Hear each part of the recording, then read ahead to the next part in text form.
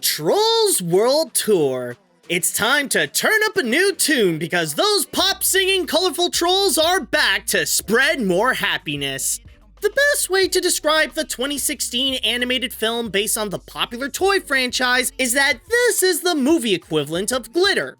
It knows how to add some extra sparkles to make it a lot prettier for the eyes, and in the case of Trolls, it's definitely one of the better animations produced by DreamWorks with its wildly vibrant colors, fun-looking musical numbers, and a creative use of textures. However, like glitter, it can be frustrating to deal with when some of it gets all over your face, like the forcibly happy tone, the overbearing use of pop songs remixed for modern audiences, and characters that are only meant to sell toys, not to mention delivering very little story and actual character development. So, as much as it looks great, there's very little substance that can actually be consumed. Maybe that could change in the sequel, since they decided to take a page from the Muppets and go on a world tour. So now that Poppy and Branch are putting up some new music, will the sequel be as big of a hit as Can't Stop the Feeling, or is it better to just delete this playlist? Let's find out. The story. Let me just start this off by saying that I love the world-building idea of this movie. The whole concept of these troll worlds where each section is a combination of a musical genre and an element feels so clever and unique, like an underwater techno world, a desert country world, a spaceship funk world, a classical sky world, a lava-filled rock world, and of course, the forest pop world where our main characters inhabit. The possibilities of creativity feels endless, and it's almost worth having a whole movie with this world concept alone. Our ancestors created 6 strings, each for a different type of music. I'm gonna unite the 6 strings and destroy all music, except for rock! No! So, I'm gonna need your string. However, there is one problem that keeps this idea away from unleashing its full potential, and that's the fact that this is a Trolls sequel. While it could have taken full advantage to explore and develop each of these worlds, the film would much rather focus on developing its story, which unfortunately for this film, writing had never been Trolls' strongest suit. In fact, the film left a few questions unanswered about the world's concept, like why do they only emphasize just 6 music genres when there's obviously a whole lot more where we don't know where those trolls come from? What this sequel is actually about is Poppy and Branch going off to each world to stop Queen Barb from collecting all the strings and to make rock the one and dominant music genre amongst all the trolls. By the looks of it, it seems like the typical repetitive quest story. And it is. In terms of the story itself, it's unfortunately dull and unengaging due to its formulaic nature and predictable outcomes. Even the side plots don't seem to connect much with the main story, like Branch always trying and failing to present his love to Poppy, and Cooper going out to find trolls that look just like him. And yes, while it is packaged with plenty of musical numbers as a jukebox musical, the large amount makes it feel like they're just filler to expand the running time instead of fully serving a point. But there are a few things that I will give this film credit.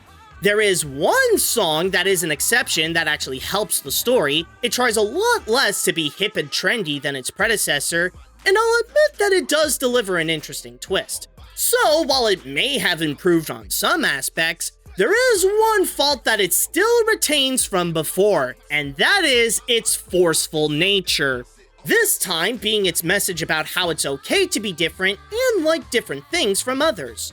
While not a bad message, of course, it's how it constantly hammers it hard to its audience throughout the whole feature, which can give out an annoying sense of the way it almost feels like it's trying to talk down to its viewers about it. While I admire the concept of this entire musical world, it's not much to make up for how the story treats it as nothing more but the typical generic kids film. The animation. If there is one benefit to watching these Trolls movies, is that at least they can be a feast for the eyes. And I gotta say, I think the team at DreamWorks outdid themselves here. Not only have many of the visual positives returned to stay true to the look of its predecessor, but the follow-up also included some new tricks to really enhance the feature's style and entire look. What did come back is the vibrantly colorful nature of the world that mixes well together in the style of a rainbow and doesn't feel overbearing, the very clever use of textures where everything, including the environment and the effects, is made out of crafting material, and the large amount of choreography during the musical numbers. I know I just said before that most of them are kind of pointless to this feature, but at least I could say that the animators did work hard to have them be some of the standout moments of the picture. I'll tell you what I want, what I really, really want. Yo, tell me what you want, what you really, really want. I wanna really, really, really wanna stick. Also, whenever there are times when a plan has to be set out, they're visualized in the style of a living scrapbook. But while these are a pleasant return to supply that great Trolls animation, it's the new elements that make this one in particular a visually unforgettable show. While the script may not have done a good job to fully present the grand world of Trolls, the animation did most, if not all, the heavy lifting to show what these places are all about. By design, they all have their own unique look to emphasize their musical genre and environment, including the use of color and which ones to emphasize, what types of textures to use to play around with the fashion of the music, and even the look of the Trolls themselves are unique from each other where they complement the element they live in. But the additions don't end with just the designs. There is also a variety of different styles in the character animation for all the Trolls and creatures in order to have them stand out and present how Poppy and Branch are in worlds far different than what they're used to in the Pop Forest. While the movie itself is far from being considered an achievement, at least the animation can count as a technical achievement. The characters. While it's great to see the colorful Trolls again, this comes with a big catch, since it also means that you'd have to suffer through about 90 minutes of hanging around with these guys, and that is not as fun as they try to make it look. With the way that it tries to introduce a huge list of newcomers, it leaves very little room to give its characters a personality or a development, and even if they do get one, they come off as bland and unoriginal, making it hard to even be interested in them. Starting off with Poppy, I get that it wants to give her an arc where she has to learn about the importance of listening as the queen of pop trolls, but for the most part, she ends up making things worse for everyone. Yes, her bubbly optimism is part of her nature, but it's like the film is using her personality as an excuse for being dumb. I know, some could argue that it's a part of her development, but there's a fine line between making your character grow and start them off by forgetting what common sense is. Then there is Branch, who, like I said before, tries to confess his love to Poppy, reducing him to just the love interest. By the way, whatever happened to Branch's true colors he got from the end of the first movie? I thought that symbolized that he's no longer pessimistic and gloomy. Anyways, there's really not much to say about the other recurring characters, since they're mostly just there. A few do appear more prominently, like Cooper and Biggie, but it's obvious that it's more for the sake of having Ron Funches and James Corden do something while they're at the studio. As for the new characters, again, since there are so many to count, the grand majority of them have little to no point. With the exception of Hickory, the cool cowboy who helps Poppy and Branch on their adventure, at the most, they only help expand the Trolls world, or they make the experience worse than necessary, like how Tiny Diamond is as cringy as Guy Diamond's auto-tune. Tiny Diamond is my name, come straight from my daddy's name. My whole body's made of glitter, and I'll throw it in your face. And then there are the villains, the Rock Trolls, led by Queen Barb. By the way, is it just me, or is it tiring to keep seeing rock as the evil music genre? Doesn't it feel like it's a bit overdone now? Anyways, to be very honest, there are plenty of times where I find myself rooting more for Barb than for Poppy. Since the film explains well her motives that help go more into the lore of the Trolls world, the idea of replacing country, techno, and pop with more rock sounds awesome, and her dad is Ozzy Osbourne playing as Ozzy Osbourne. Okay, some of those are more jokes than anything, but the point is, with her mission to unite the Trolls, even if it may not be the right way, Barb can be viewed as the hero of the feature more than Poppy. With so many characters and so little time to actually treat them like characters, maybe Barb's idea of making them more interesting by turning them all into rockers might not be so bad after all.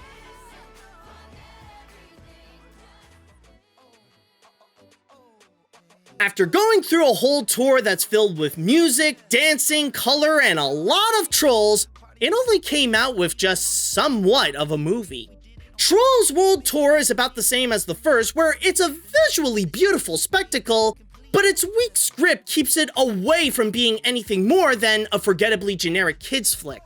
It does slightly improve from its predecessor by being less needy to be trendy, an interesting concept with its world of music, and the animation is certainly worth admiring, especially with all the new techniques and styles put together. But it's hard to be on board with that for long when the writing can only supply a predictably dull story and so many characters with only a few that could be worth of interest. I'd probably recommend this for animation fans to see the creativity of the visuals, but ultimately, for the movie itself, I'd recommend this more for fans of the first film, since this offers about the same as before. So they're more likely to have a kick out of having another of Poppy and Branch's adventures. It's a feast for the eyes and plays some good music, but it still needs a lot of tuning.